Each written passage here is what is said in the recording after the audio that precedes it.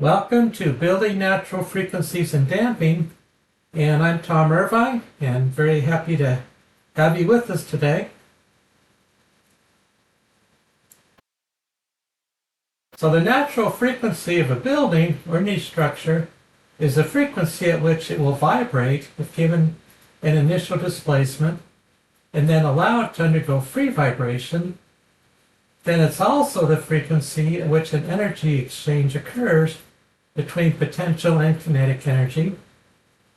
And then the natural frequency is the inverse of the period and vice versa. So in earthquake engineering, sometimes we use period, sometimes we use the natural frequency. Then the angular natural frequency, omega sub n, is equal to 2 pi times the natural frequency. So typically the natural frequency is measured in hertz, and then the angular natural frequency would be in radians per second. And resonance occurs if a building's natural frequency is excited by an earthquake, wind, or some other source. So we're particularly concerned about resonance and the damage that may happen under those conditions. Now here's the Transamerica Pyramid building, and we're going to talk a bit about some nonlinearity in terms of the response. So the Transamerica Pyramid is built from a steel frame, the city of San Francisco. It has a truss system at its base, and the height is 850 feet or 260 meters. And it has an amplitude-dependent stiffness degradation and increased damping due to joint friction, connection slip, and soil structure interactions. So whether you realize it or not, in active seismic zones, these buildings are monitored by accelerometers 24/7. And under an ambient condition, then just a normal day, there might be some slight breezes. There could be then the automobile traffic, and in fact there will be automotive traffic outside. That creates ground-borne vibration. Then there'll be people riding up and down elevators and people walking across floors and all the heating, ventilation, and air conditioning and plumbing. And those sources make up the ambient vibration.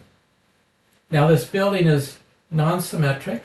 So the north-south is 0.34 hertz and the east-west is 0.32 hertz. Then north-south has a damping ambient of 0.8%. and an ambient damping of 1.4% in the east-west direction. Now under the 1989 Loma Prieta earthquake then, two effects happened. The damping went favorably up, and that's due to joint friction, for example, and other effects.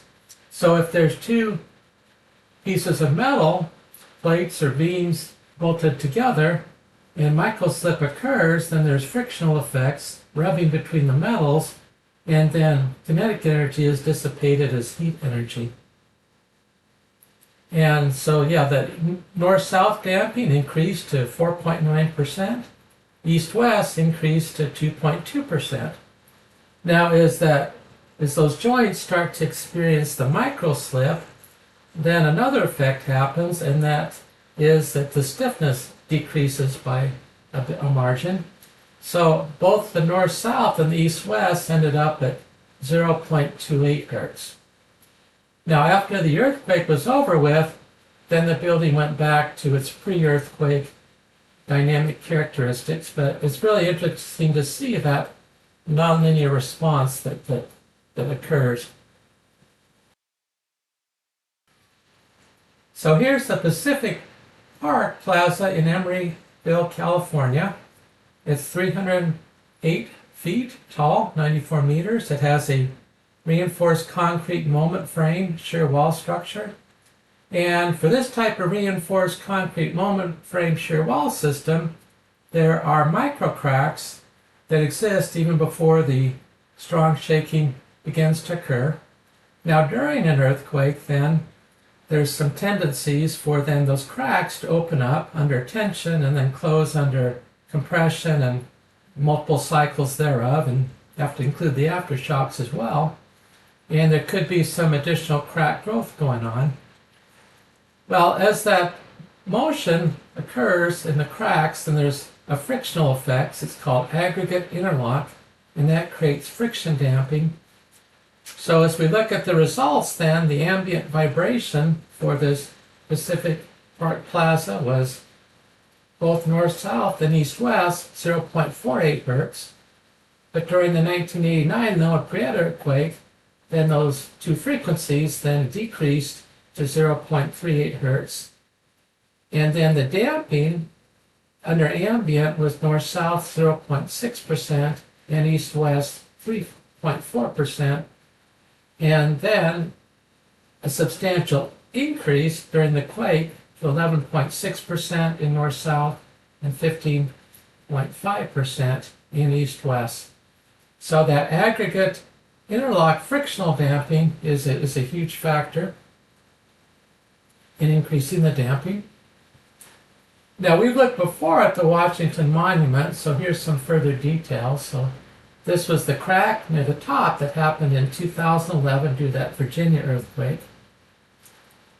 So according to the U.S. Geological Survey, then that tall cantilever beam of a Washington Monument, which is 555 feet high, is about 0.3 hertz.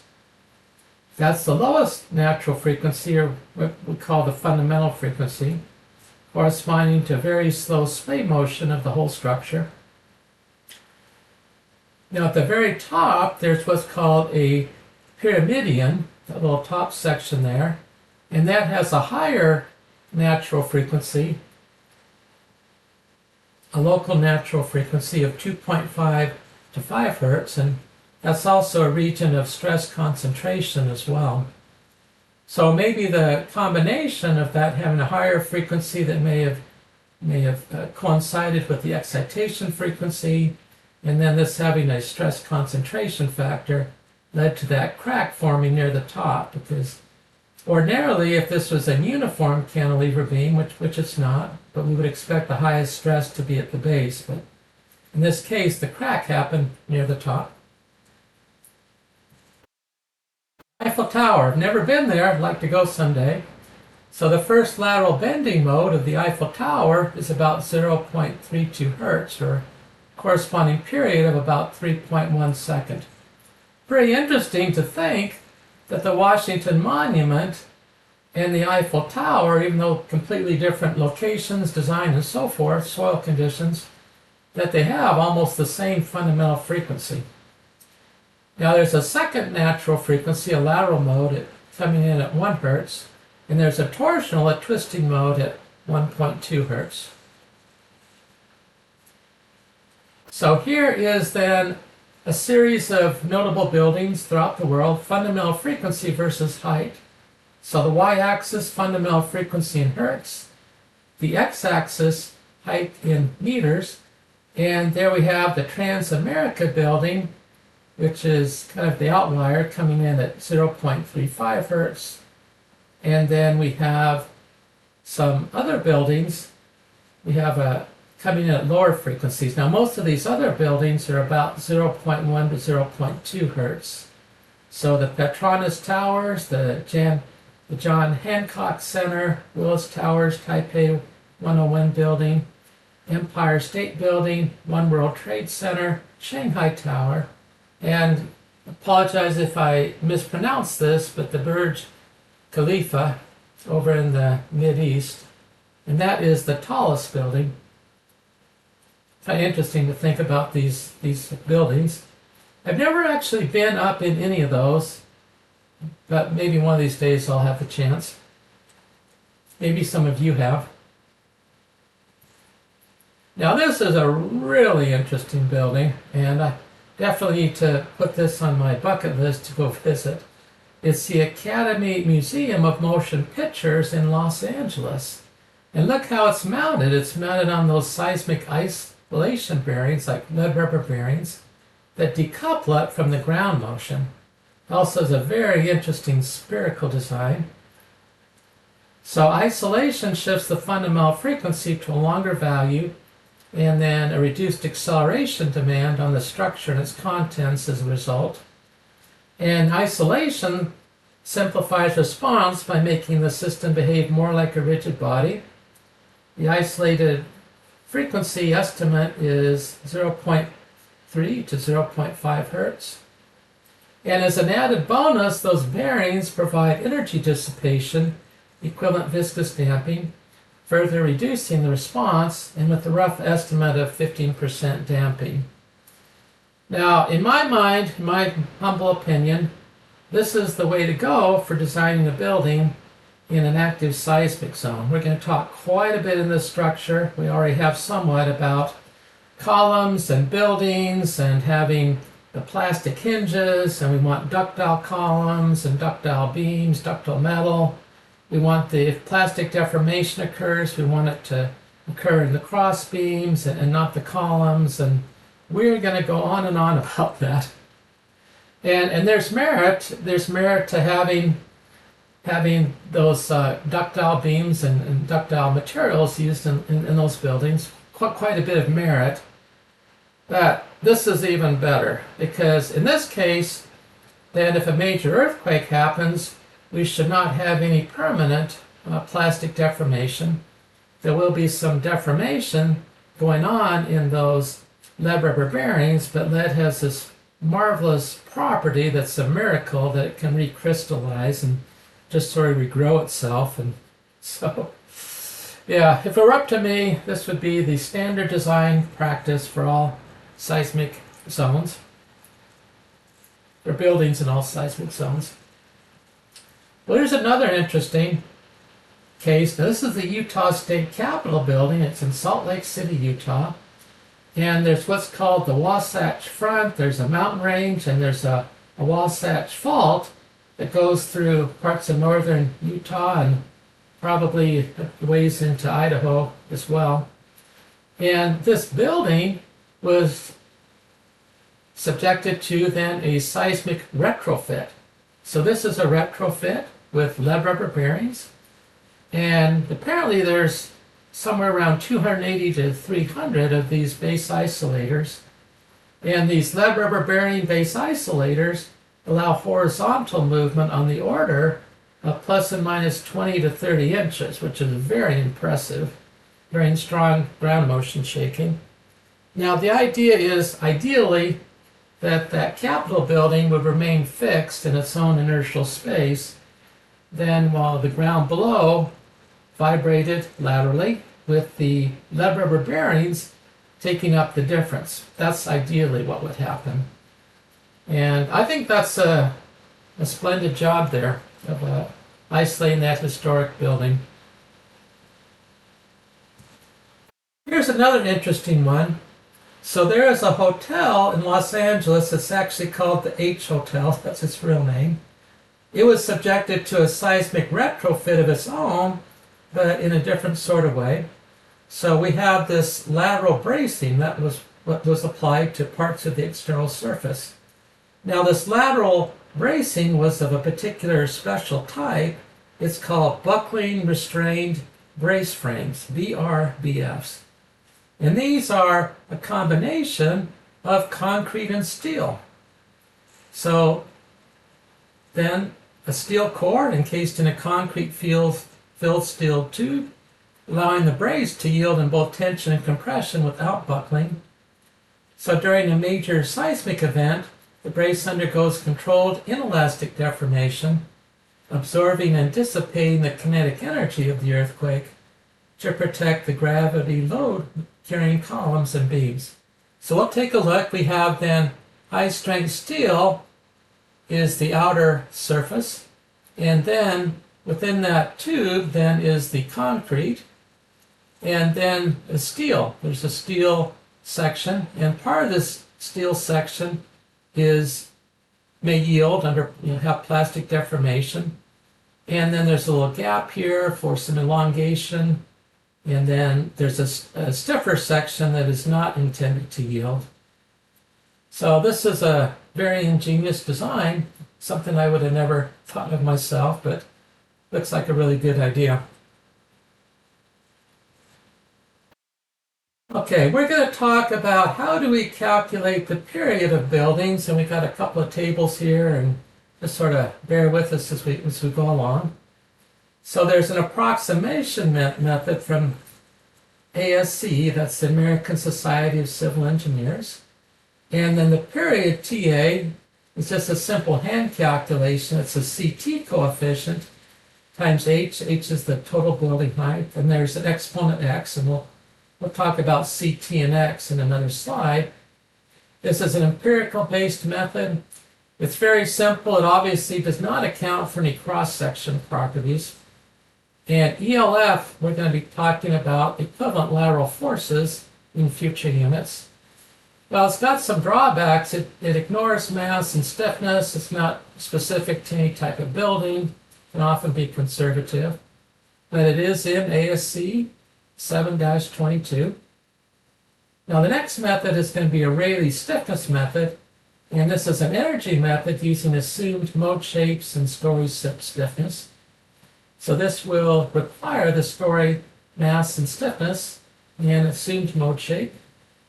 It's a good first order estimation method. It's based on some physics with moderate effort and depends on assumed mode shape. It's approximate. It's approximate, but so is everything else we do. There's a Rayleigh force displacement form, and it uses lateral force pattern and resulting story displacements. We'll go over this.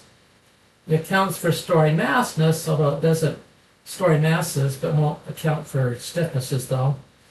And it's based on lateral forces. We'll show you a diagram of this later on. Very practical for hand checks, and it works well with the equivalent lateral force, which is a very important part of ASCE 722. It's still an approximate method, depends on the displacement accuracy. Commonly used. Now, my favorite, coming from a structural dynamics background, is the eigenvalue of modal analysis. And we're going to do a model called a shear building model with just springs and masses, an eigenvalue analysis. You get to solve our favorite, the generalized eigenvalue problem. We do need to set up a mass matrix and a stiffness matrix. It takes some effort, but it's doable. Now, exact. You gotta put exact in quotation marks. It's the exact solution for a linear system. Of course, our equation of motion is not going to be exact, and we're going to have estimates for mass and stiffness, which they'll be inexact as well.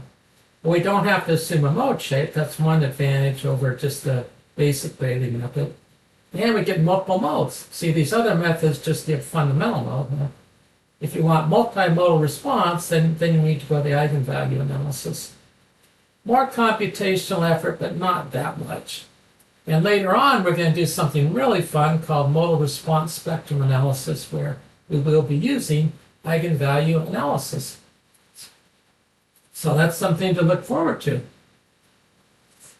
Excuse me.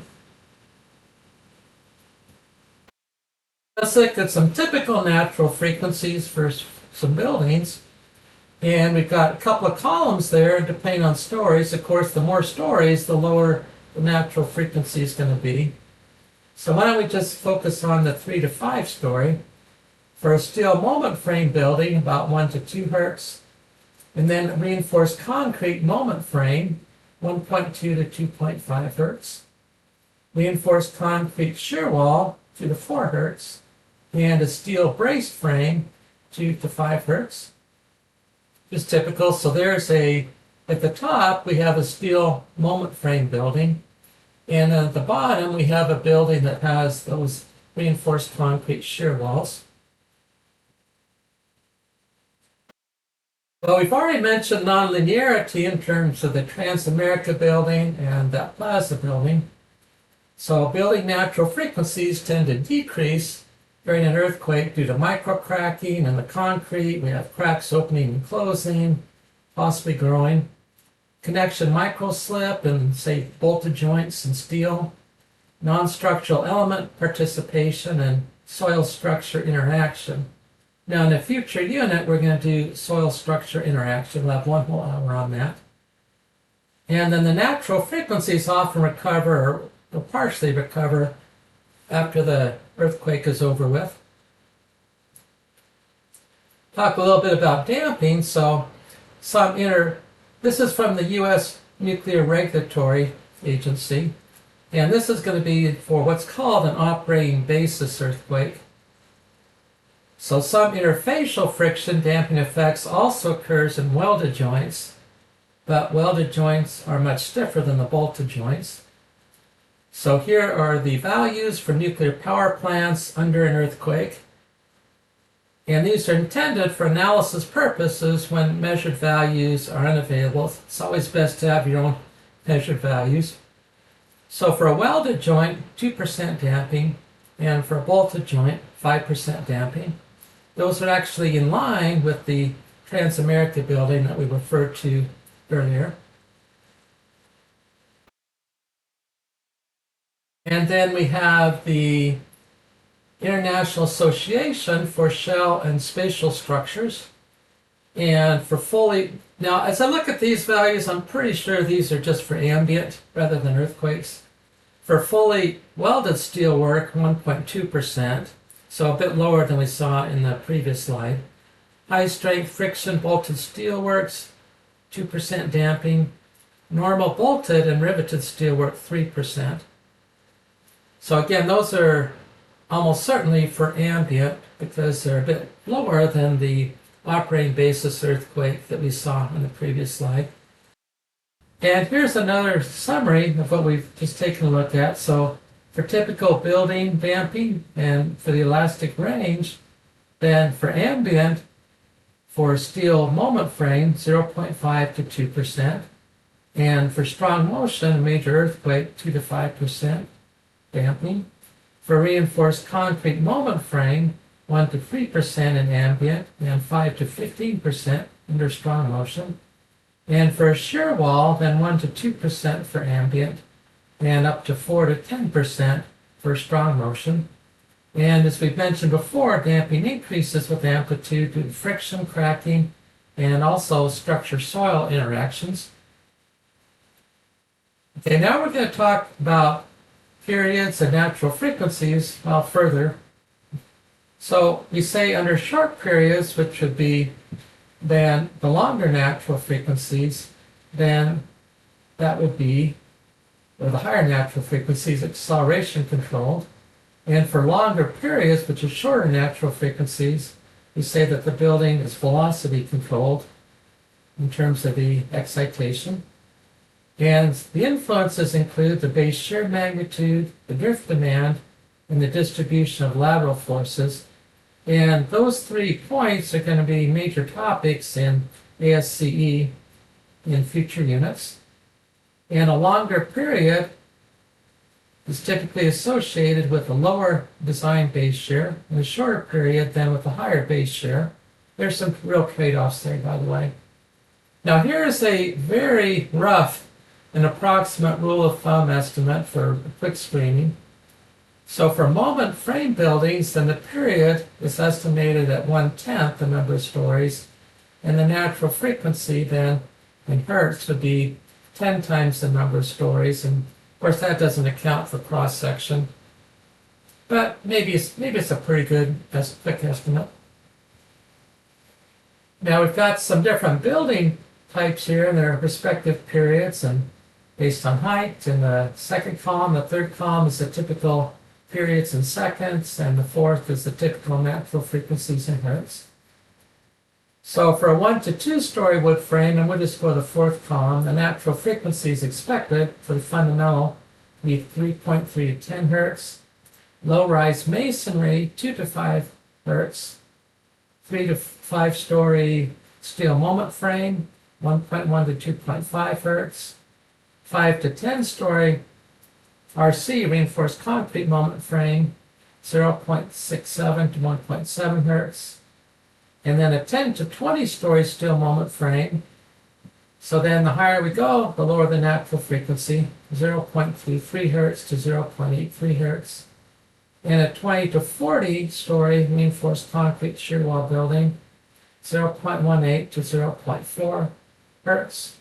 Tall flexible steel frame, that's 40 stories plus, 0.125 hertz to 0.25 hertz. We saw that in that graphic earlier in our presentation about some of the more notable buildings throughout the world.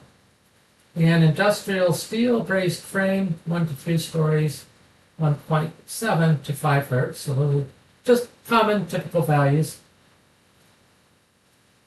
And let's see, we've got two different types of periods T that show up in ASCE 7-22.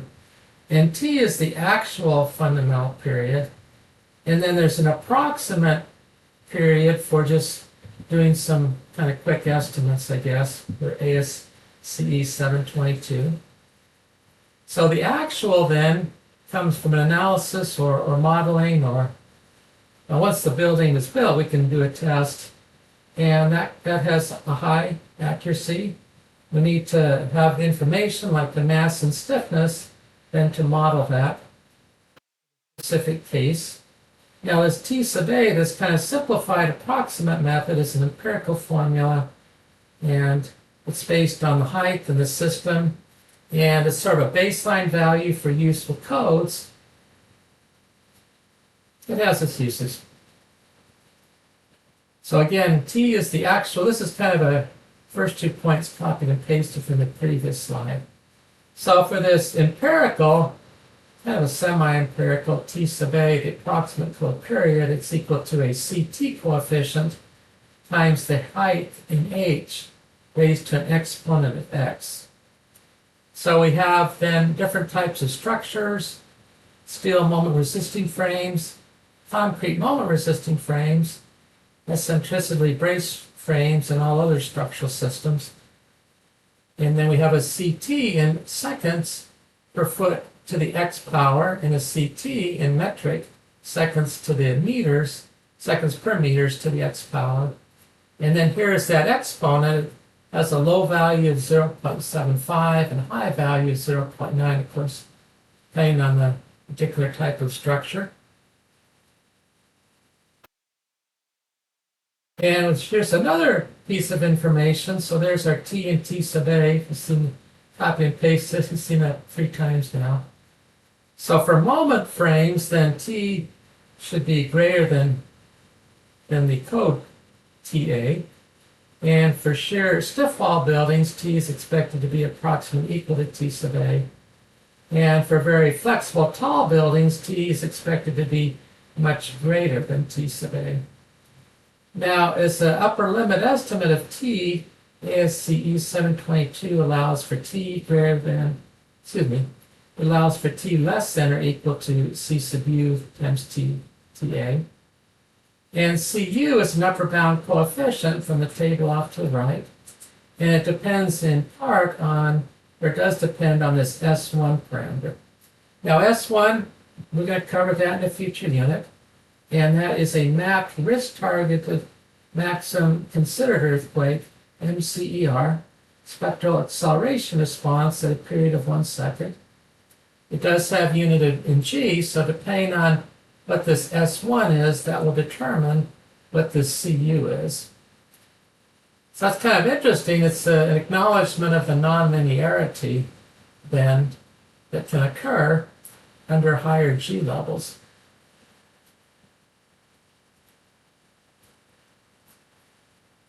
Okay, now we're going to be doing some modeling then. We're going to get ready for some structural dynamics modeling. At some certain points, we'll need to know what the mass is, or at least come up with an estimate. And then stiffness as well, depending on which type of calculation we're doing. Now there's 2 types of masses. There's the live load and the dead load. So the dead load is everything that's permanent, that's non-movable. It's slabs, beams, walls, finishes, fixed equipment, etc. Again, those are the dead loads. And the live loads are anything that can move. It can be furniture, it can be equipment on carts, it can be just boxes of product or supplies that are brought in and out. Even people, for example, are going to be the live loads. So for a low-rise residential building, here we've got then the approximate mass per floor area. We've got both English and metric. And we'll stick with English now. 40 to 50 PSF for light floors, finishes, low structural mass. Then for office, commercial, 60 to 70 PSF, pounds per square foot. For industrial warehouse, 125 PSF. Now hospital, typical floors, it's kind of surprising to me, it comes out the highest of all at 250 PSF. But I guess there's a lot of equipment for life support, there's MRI machines and X-ray machines and all sorts of supplies and patients on gurneys and just all sorts of things going on. So yeah, quite a bit of a live load going on in those hospitals. Operating rooms, though, corridors, 80 to 100 PSF. And then high-rise concrete mixed use, 100 to 120 PSF. Of course, these numbers can vary. So these are just representative values. Let's give you an idea. Maybe you're doing a trade study and just some preliminary design work. These could be useful. So stiffness, lateral frame stiffness. So this is the lateral resistance of a floor story to horizontal displacement under wind or seismic loads. And here we have Hooke's law, the stiffness K is the ratio of the applied force F to the resulting lateral drift delta. And for a lateral system type, moment frame, brace frame, shear walls, etc., that construction will strongly influence the stiffness magnitude. And if we have just a simple beam column geometry and we can just do the flexural rigidity from the elastic modulus times the area moment of inertia I.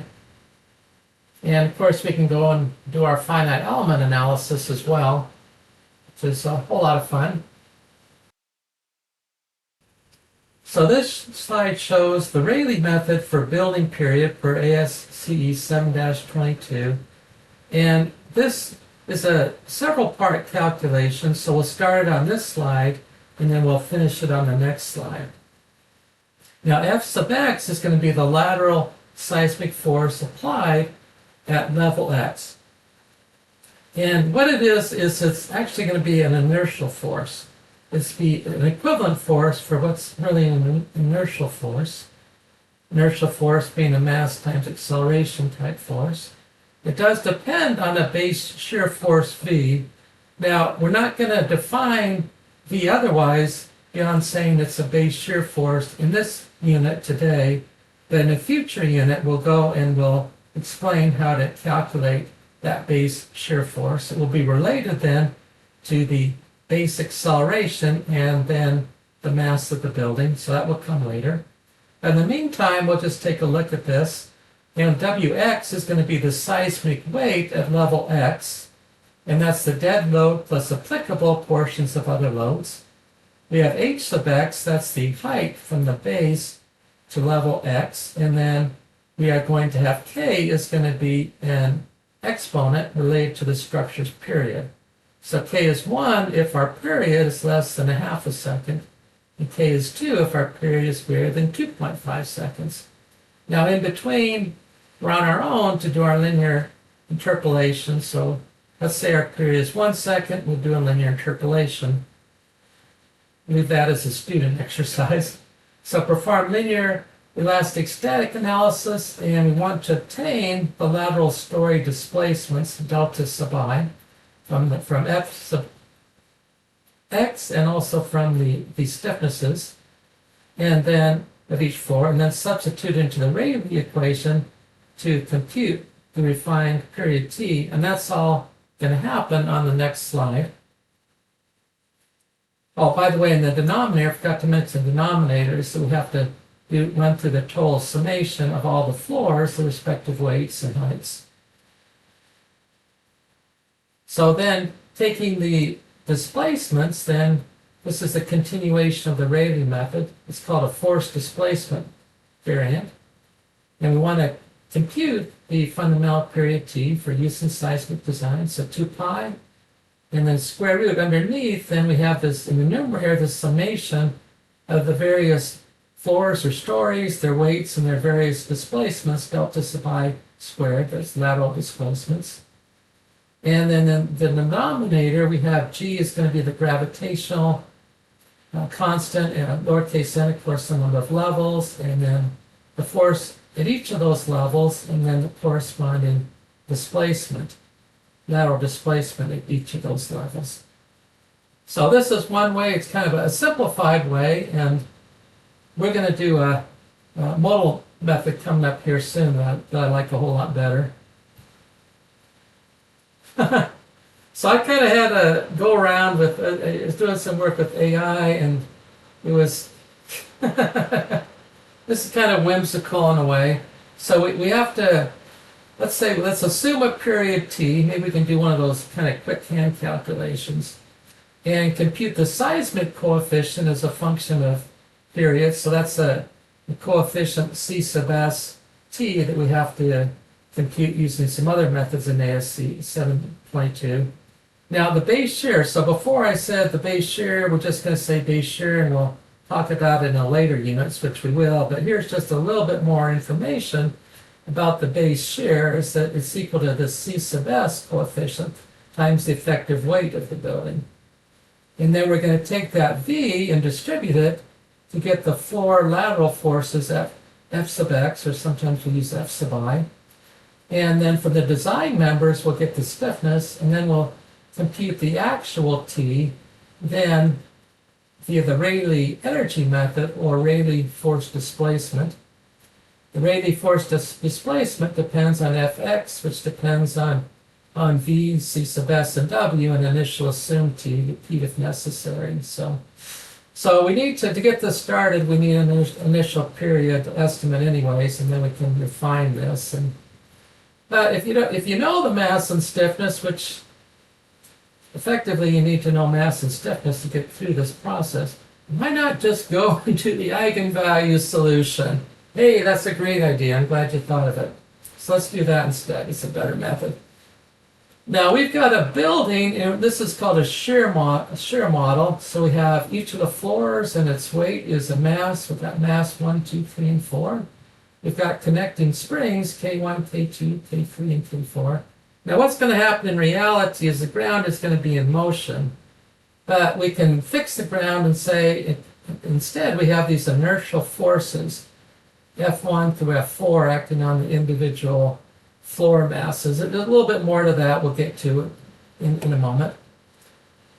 Lumped mass shear modules, I idealized each floor as a concentrated mass connected by lateral stiffness elements. This captures the primary lateral dynamic behavior, the story drifts under seismic and wind loads, without requiring fully detailed finite element meshes. Well, this itself is a spring mass system. It's a simplified version, actually, of a finite element method. But you can certainly do more detailed FEA if you want. You probably should at some point. Now, our global mass matrix is going to be diagonal mass. And then we have our global stiffness is going to be a symmetric stiffness. Now, what we have to do, and I've omitted this for brevity, or leave it as a student exercise, is draw a free body diagram of each of those masses and use Newton's law, then to come up with the equation of motion for each of the systems, and then we come up with a coupled stiffness matrix. And then we also come up with a favor in structural dynamics, which is a generalized eigenvalue problem. So you got global stiffness K minus the eigenvalues omega squared, global mass matrix, take the difference, put it in parentheses. You have the eigenvectors, which are their orthogonal mode shapes. Now, we can take the square root of each omega square and get an the omega squared are the eigenvalues. We can take the square root of the eigenvalues and get the angular natural frequency, and then divide by 2 pi to get the natural frequency in hertz. And for each natural frequency, or you could say for each eigenvalue, there is a corresponding eigenvector, which are orthogonal eigenvectors. So here is the lumped mass shear model, and this is a set of coupled second order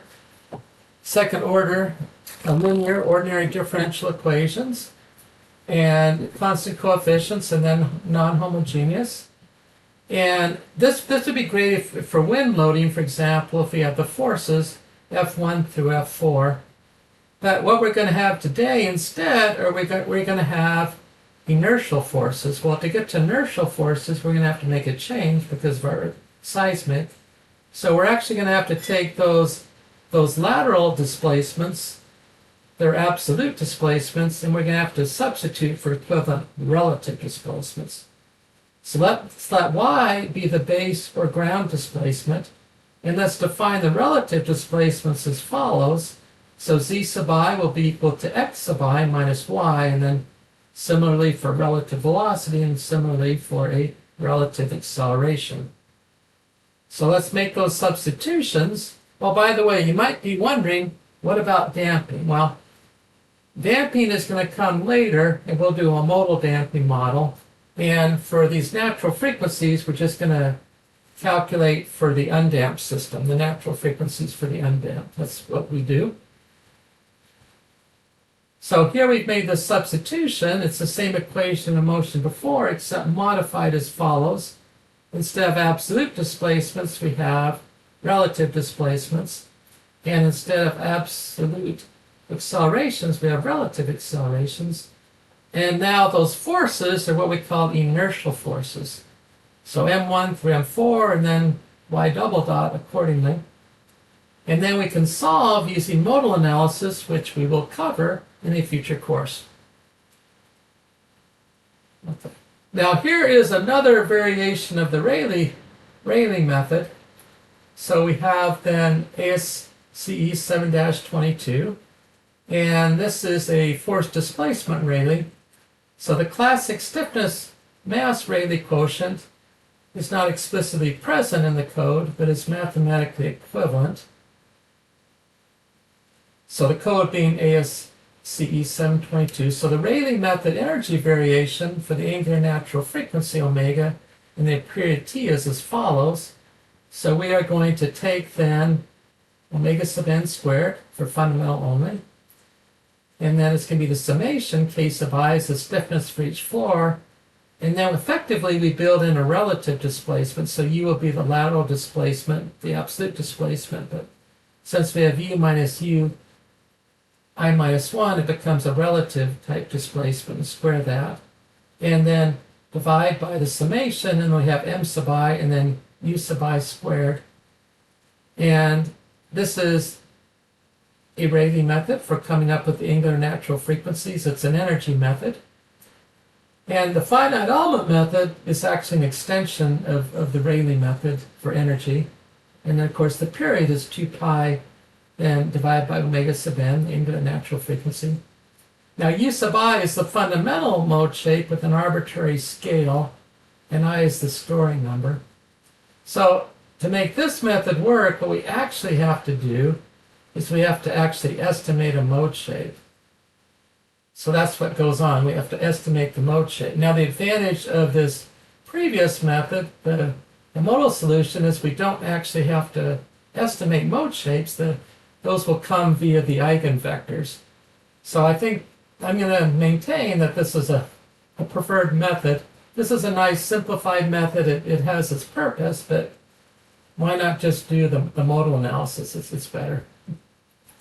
Okay, let's go to the GUI package. So here's the vibration data GUI package, and we'll go to, which you can download from my blog. You can go to structural dynamics, and then we can go to, over here, we've got a seismic tab, and building natural frequencies under seismic tab.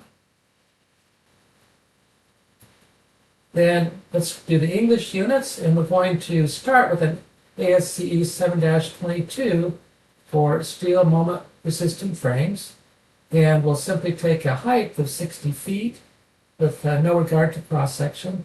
Then the period, after we calculate, the period t sub a will come up as 0.741 seconds with a natural frequency of 1.35 hertz. So that's one method we could use for rough estimate. Now we'll go to my favorite method. So we're under eigenvalue and Rayleigh methods. Then share building eigenvalues. And we'll input data. We have 4 stories. And then here is the mass values in LBM, pounds mass, 1.6 e to the sixth for the first three, and then the final, which is going to be the top, is 1.4 e to the plus 6. Now our stiffness unit will be pounds force per inch, and 3.5 E6, 3.2 E6, 2.8 E6, and 2.4 E6. And calculate. And we get 4 natural frequencies because we have a 4-degree of freedom system.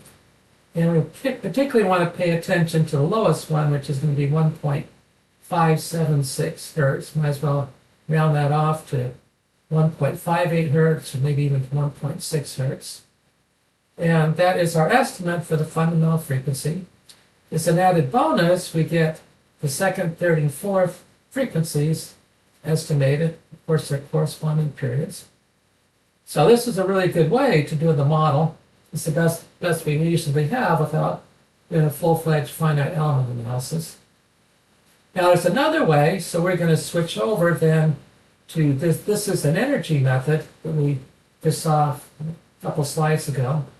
And we can click here and copy the mass and stiffness from the shear tab, which was the shear building eigenvalue problem I just did. So you don't have to retype those numbers, just click on that button and they copy over.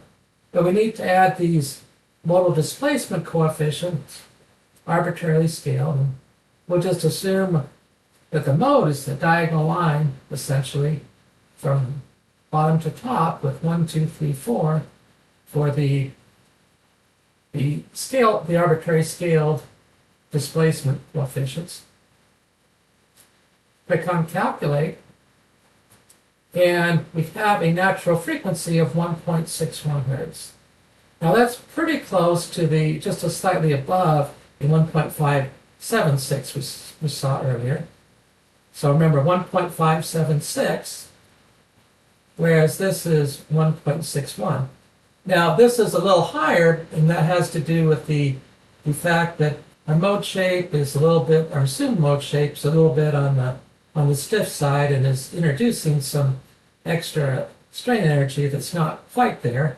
It's a pretty good estimate, but the better method that we have is back a few slides ago. We just saw it, the third time that we're here, we have then 1.576 hertz, and we're letting then the method itself, the generalized eigenvalue problem, supply the mode shape. Now, if you want, you can click on that mode shape tab, and you can see what the fundamental mode actually turned out to be. You can also take a look at the stiffness and mass matrices if you're so inclined. So thanks for coming. More fun next time. Have a great day.